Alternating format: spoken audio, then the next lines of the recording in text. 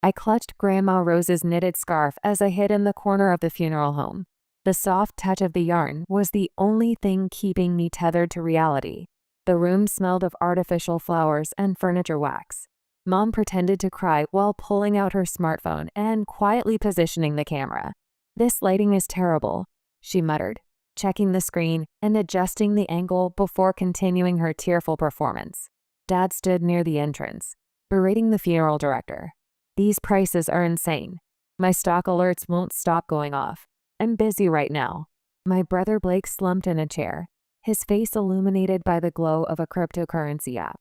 No one was looking at Grandma's casket. No one was crying for my grandparents. I closed my eyes softly. I remembered the warmth of Grandpa's oil-stained hands. "Harper, learn how things work, not just how to buy them." His laughing voice echoed from distant memories. Those days were my real family. Now, before me, stood strangers possessed by money and appearances. Something inside my chest collapsed with a sound. More than anyone else in this room, I alone knew what true loss meant. If you stay with me, an unimaginable family truth will consume her. If you were in her position, what would you do?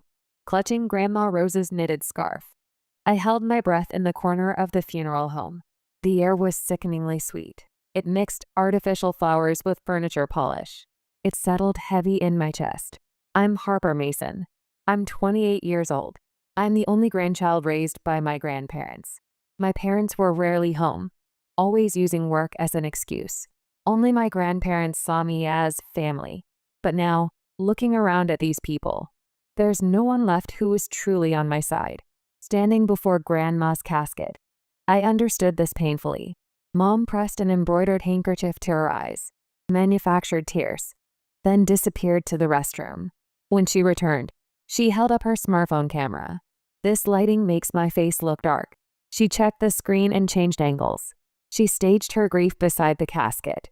Dad stood near the entrance, raising his voice at the funeral director.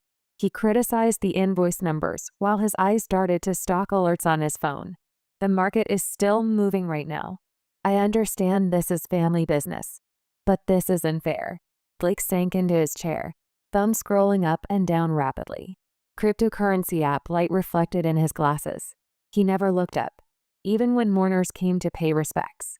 I closed my eyes and remembered the smell of my grandparents' house, the steam from cinnamon rolls on Sunday mornings, the memory of passing tools while listening to oil dripping under Grandpa's delivery truck. "Harper, if you know how things work rather than how to buy them, they'll last longer." Grandpa's voice reached me from somewhere, his oil-stained fingers guiding my hands. A tear running down my cheek told only me that this wasn't an act. When the funeral ended, we gathered at family attorney Aaron's office. The wood-paneled room carried a faint scent of pipe tobacco. Leather-bound books lined the shelves. Mom naturally claimed the center chair. Dad stood behind her, hands on the backrest, asserting dominance with his gaze. "We can list the Harbor House immediately. The market's high right now," Mom announced matter-of-factly while examining her nail polish. Dad nodded. "Let's dispose of the boat quickly, too. The old silverware and lamps can go to auction. The truck fleet will find buyers. I can channel it into my startup funding." Blake looked up for the first time.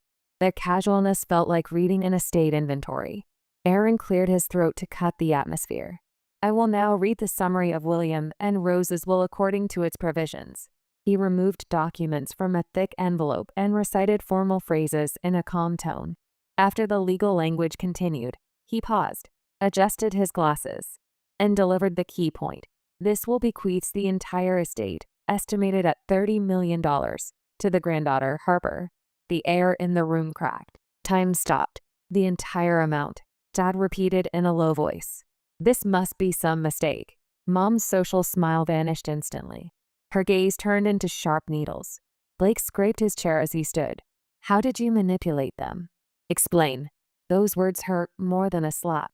"I don't know. I'm hearing this for the first time too." When I answered in a hoarse voice, Aaron raised his hand and turned a laptop toward me. They left a video anticipating this reaction.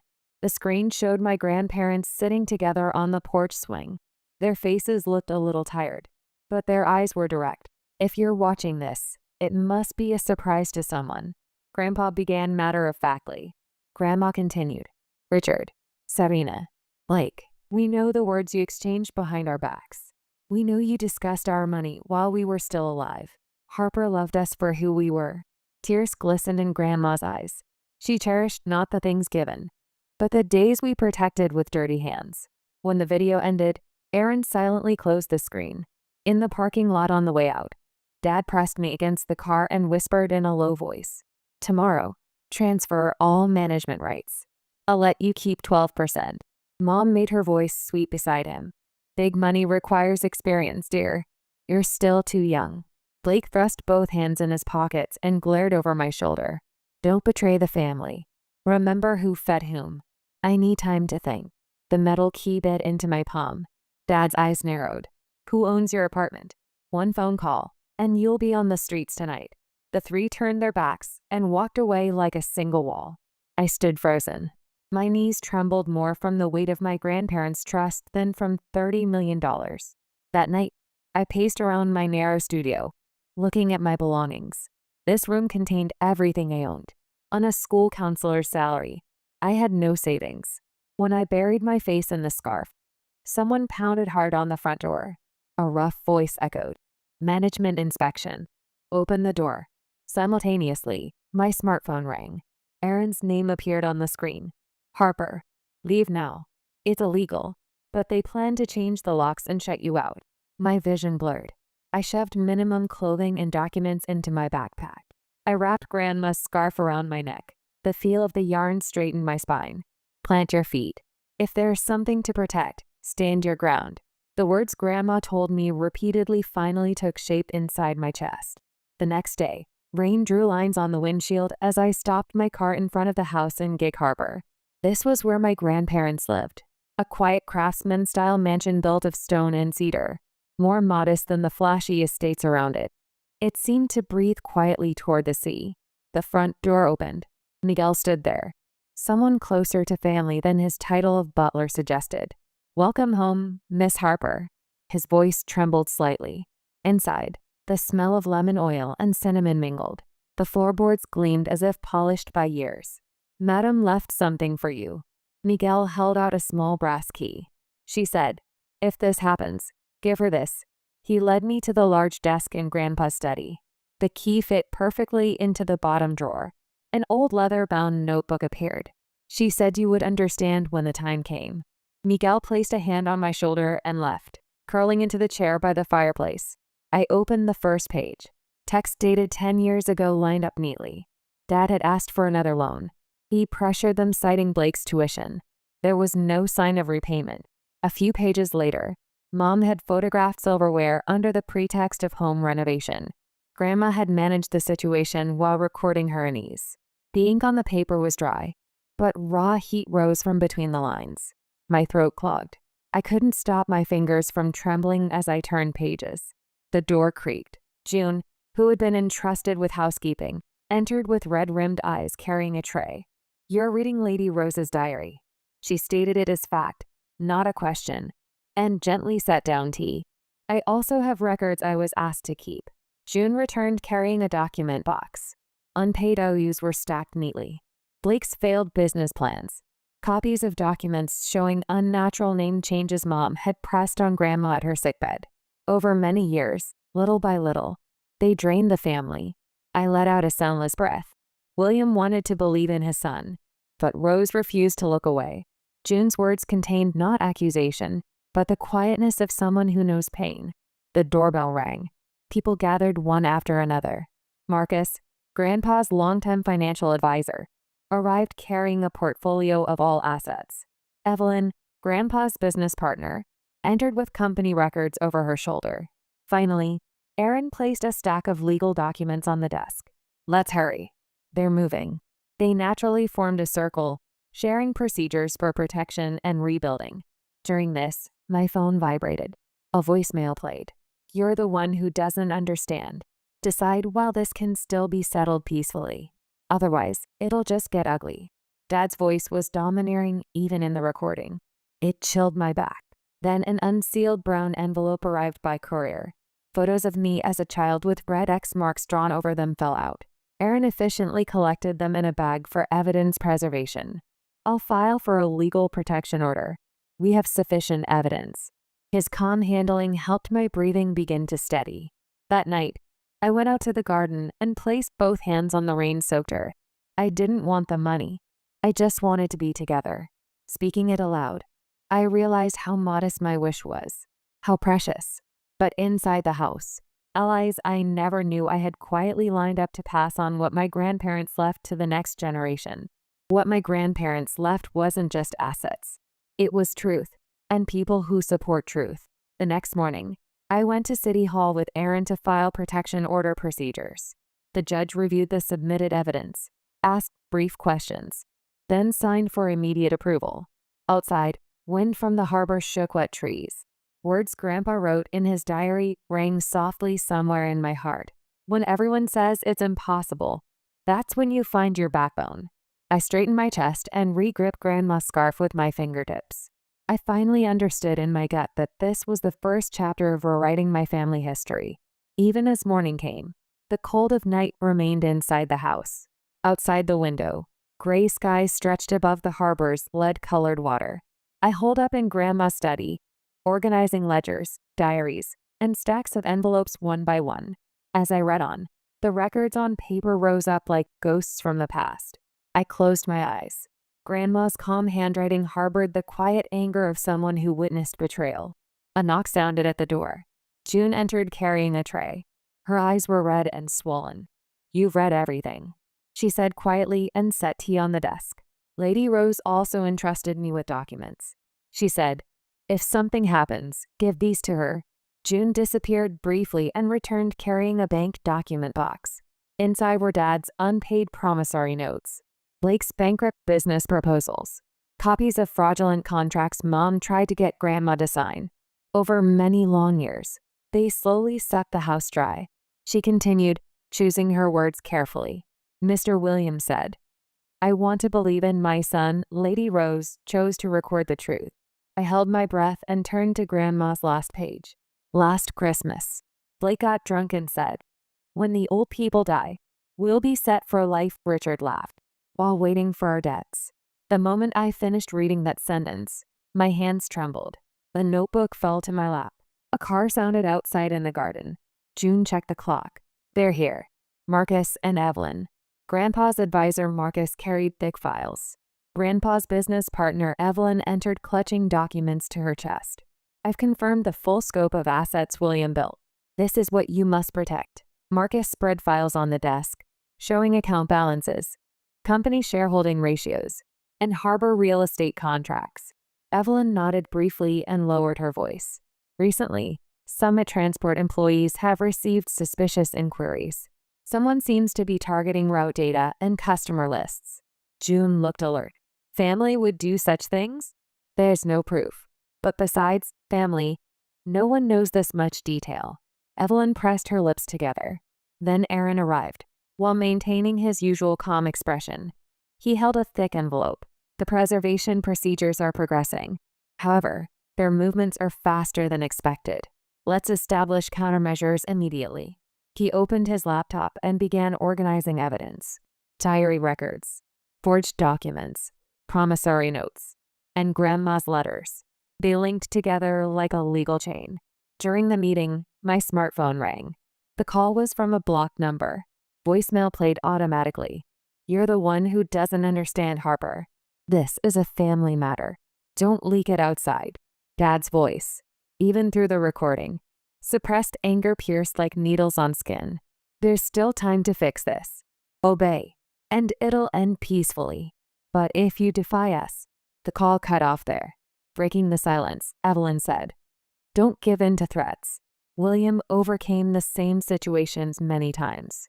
Immediately after, a delivery person appeared. They handed over an unmarked envelope. Inside were several photos of me as a young child. All faces were scribbled over with red marker. Aaron picked them up through gloves and placed the envelope in a plastic bag. "I'll preserve these as evidence. Let's also consider criminal proceedings." He immediately began drafting a petition to the judge. I simply stared at the records my grandparents had scattered on the desk. Each piece proved a truth heavier than blood ties. In the evening, rain intensified. Harbor waves beat against the windows. Aaron arranged documents while speaking in a low voice. "Miss Mason, their movements are faster than expected. Change all locks today and prevent intrusion. Don't go out alone tonight. Keep Miguel and June in the mansion to ensure safety." I nodded at those words and immediately took action. Before dawn, frost had fallen outside. White breath enveloped the harbor, announcing winter's arrival. In that cold, I searched for reasons to believe in tomorrow. Miguel called the security company and requested lock changes and new security code settings. June inspected windows throughout the mansion. She collected old spare keys in a box and presented them before me. Now no one can enter without permission. That night, the mansion fell silent, but I didn't sleep. Staring at the fireplace flames, I gripped the scarf. Words Grandma left surfaced from the bottom of distant memory. "Plant your feet. If there's something to protect, stand your ground." With that voice in my heart, I resolved to stay in this house. That night, I signed a sworn affidavit to submit to court. The pen tip trembled. Ink bled, but that single drop seemed to signify determination rather than fear. I wrapped Grandma's scarf around my neck and sat before the fireplace. Illuminated by flame light, I engraved in my heart the fact that their desires had impersonated the family name. This was no longer a battle to protect inheritance. What I protect is my grandparents' very pride. The next morning, as sea fog hung low, Aaron called. "Richard and the others have hired lawyers and filed to invalidate the will. They're claiming Rose's judgment capacity was impaired." I breathed deeply and calmed my mind. They seriously intend to paint Grandma as incompetent. It appears so. However, we have her handwriting, video, medical certificates, all documentation. Aaron's voice being calm was a relief. "Until the court acts, don't leave the mansion. The evidence to protect is here." "Understood." When the call ended, Miguel held out a tablet. "Miss Harper, please look at this." The screen displayed a social media page my brother created titled "Restore Justice for the Mason Family." False articles lined up. Grandma was manipulated. The inheritance was stolen through fraud. Acquaintances left comments. Miguel said with a bitter expression.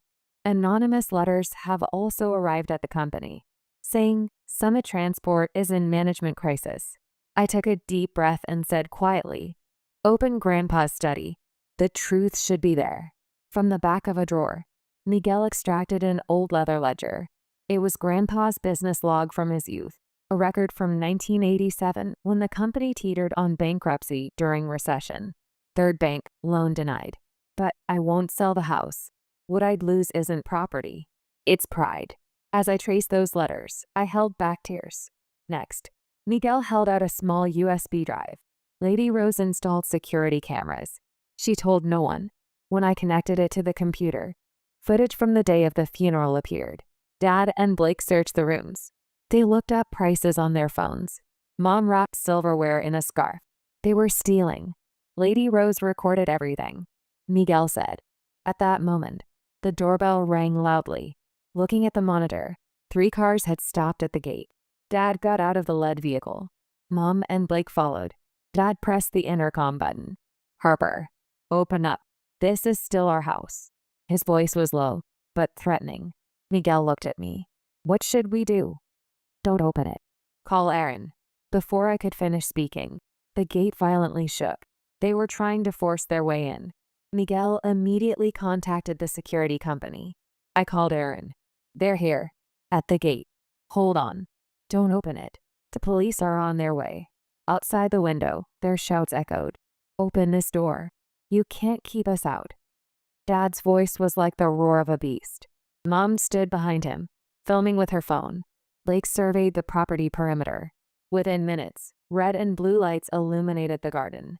2 patrol cars arrived. Officers got out and approached my parents. After brief conversation, Dad's face reddened. The officers warned them, "This property is under legal protection. If you approach again, you'll be arrested." My parents and brother had no choice but to retreat to their cars. But before leaving, Dad glared directly at the camera. "This isn't over, Harper." That gaze sent chills through me, even through the screen. When the police left, Aaron called. "Good work. This incident will also become evidence. Tomorrow, we go to court."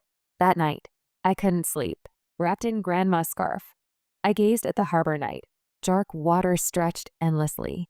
Somewhere beyond, I felt my grandparents' gazes. I didn't feel afraid. What I felt was resolve, the determination to protect what they left behind. The wind from the harbor tore through the night darkness. The sound resembled Grandma's spinning wheel I'd heard somewhere, slowly continuing to turn, like strength that never stops. A few days later, morning came. The harbor sky was clear. Waves gently beat the shore, but that quietness held tension like before a storm. The email from Aaron had just one word in the subject line: showdown. The first court mediation was approaching. Dad's side claimed will invalidation. They won over media. They tried to pull public opinion to their side. Mom continued playing the tragic daughter. Blake used silence as a weapon while moving behind the scenes. Still, I didn't run, keeping Grandma's words in my heart. Protecting my grandparents' house meant protecting the pride they built. At the breakfast table, Miguel spread out the newspaper. "The local business paper seems to have taken your side. Young female entrepreneur carries on will, pursues justice." I'm grateful, but I can't let my guard down yet. True to those words, at 10 a.m., Aaron called. "They're making new moves. Tonight at the Gig Harbor Chamber of Commerce dinner, they plan to publicly denounce you." "Me?" "Yes. They'll gather business partners and local reporters under the banner of protecting family honor. But we're also prepared. Let's face them head on." That afternoon, Evelyn and Marcus visited the mansion. "Ready?" Evelyn asked. I indicated the leather file placed on Grandpa's desk. Inside was all the evidence: promissory notes, theft records, Grandma's handwritten diary, and excerpts from security footage. Miguel polished an old pocket watch while saying, "Mr. William used to say, you can't change people, but you can choose where you stand." I nodded. "Then I choose. I won't stand on the same ground as them." That night, the chamber hall was wrapped in gorgeous lighting. The sound of wine glasses echoed. I entered the venue alongside Aaron. I chose a simple black suit instead of a dress. I thought of it as armor for battle. Dad already stood on stage. "Everyone, a company that will carry this town's future is now in crisis. My daughter put undue pressure on my mother during her care and stole the company's assets." His voice through the microphone reached every corner of the venue. Mom wiped tears in the front row. Blake stood with arms crossed in silence. Silence filled the venue. Everyone knew who that daughter was. I stood up. Aaron nodded slightly. "May I speak?" I went up on stage and gripped the microphone. The lighting heat seemed to burn my cheeks. Dad's words are only half correct. The company is indeed in crisis, but I'm not the one who caused it. I opened the file in my hands and held up one document. This is the final record in Grandma's handwriting. William and I decided. We entrust it to Harper. That's the only future. The venue stirred. I continued. "This is Grandma's video." Aaron projected the video on screen. There, Grandma Rose spoke with a peaceful smile. "When someone you love tries to use you, don't abandon love. Just maintain distance. To protect your pride." That voice changed the venue's atmosphere.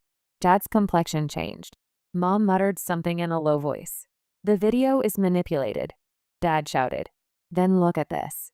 I showed a second piece of evidence. It was footage of Dad and Blake removing items from the mansion the day after the funeral. In the video, Mom wrapped silver candlesticks in a scarf while laughing. Gasps spread through the audience.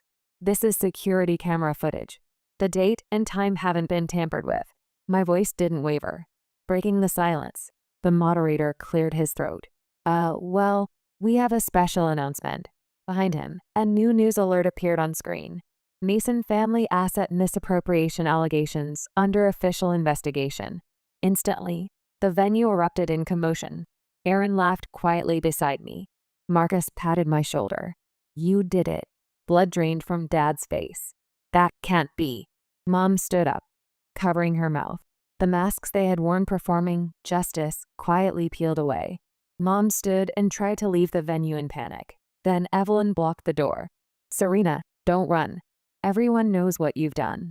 Mom covered her face and sobbed. Blake couldn't move a step. He just looked down.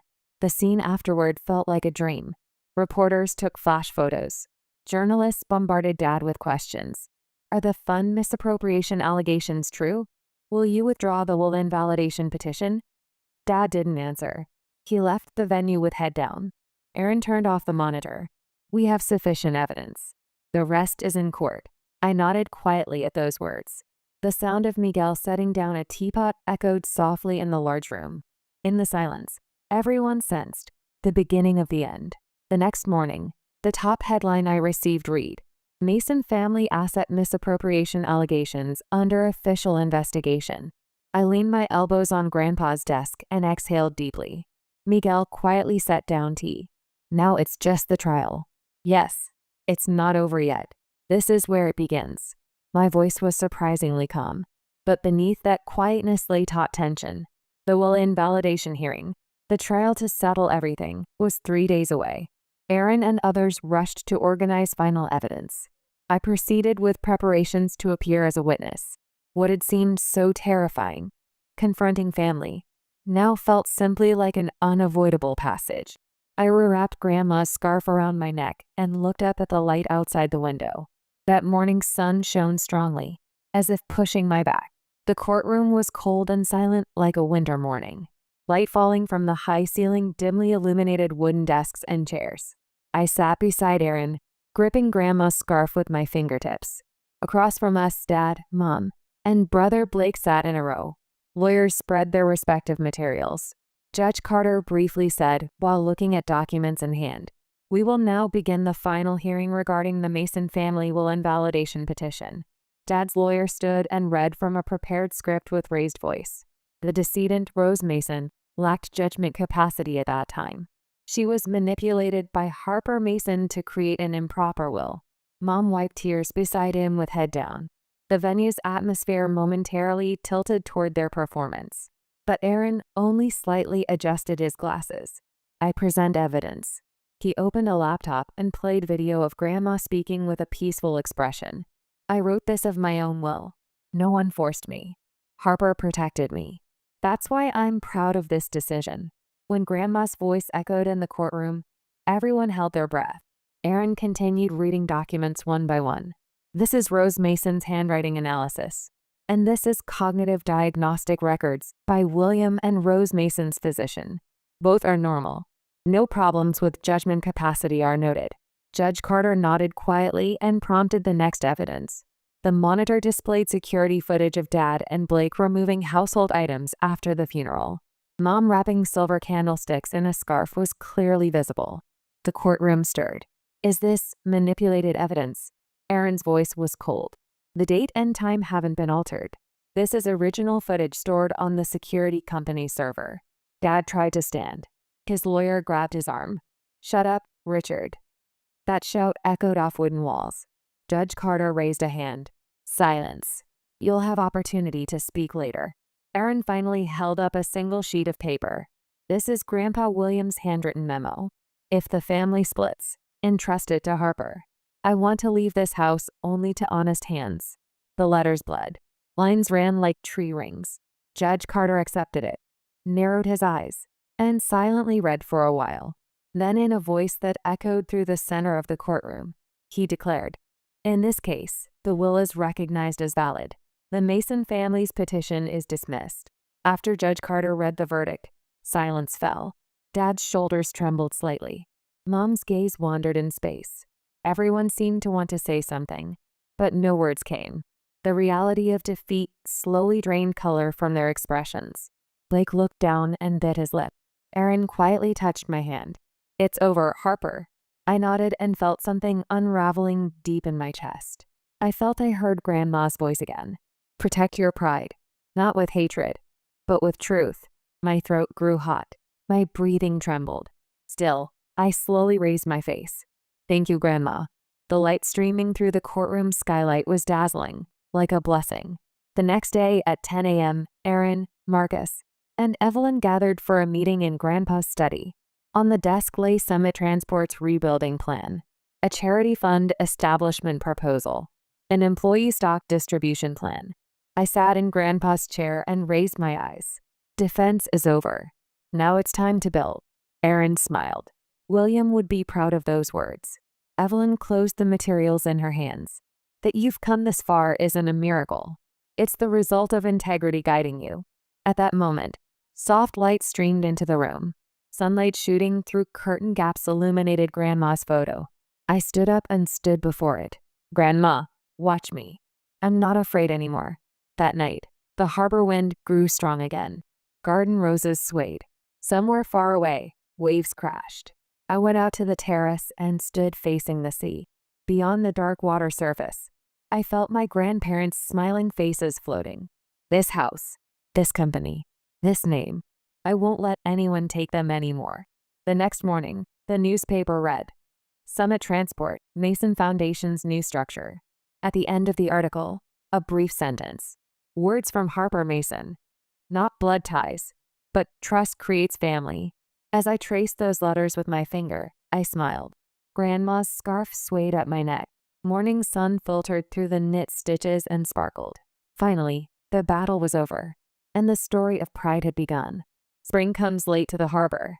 The wind is still cold. Seabird voices dissolve in morning mist. But those long winter-like days had certainly ended.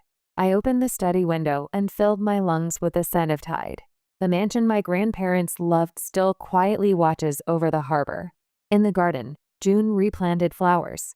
Miguel repaired the fence. The house once wrapped in heavy silence gradually regained the sounds of living. On the table lay establishment documents for the new foundation Mason Trust.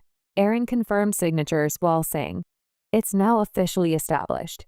Part of your grandparents' inheritance will go to community support and education funds. It continues Mr. Williams' ideals. The future Grandpa dreamed of. Yes, you'll live that continuation. Aaron smiled. Grandma's photo hanging on the wall shone, receiving soft light. Each time I saw that smile, something warm spread deep in my chest.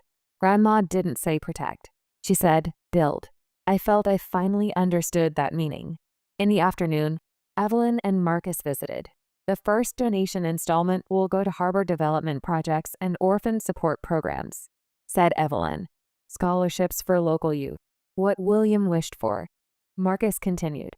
I smiled. The form of inheriting they wanted was this. Not to protect the family name, but to live to support someone's future. I felt that was the true inheritance. That night, before Aaron left, he stopped at the entrance. I have one report. Mr. Richard and Mrs. Serena have officially withdrawn the lawsuit. Media has also lost interest. It will become quiet. So it's over. Yes, this is the result of your quiet battle. Aaron's voice was calm and somewhat proud. You didn't win. You recovered trust and future both. Those words made my chest grow warmly. I saw him off and went to the garden.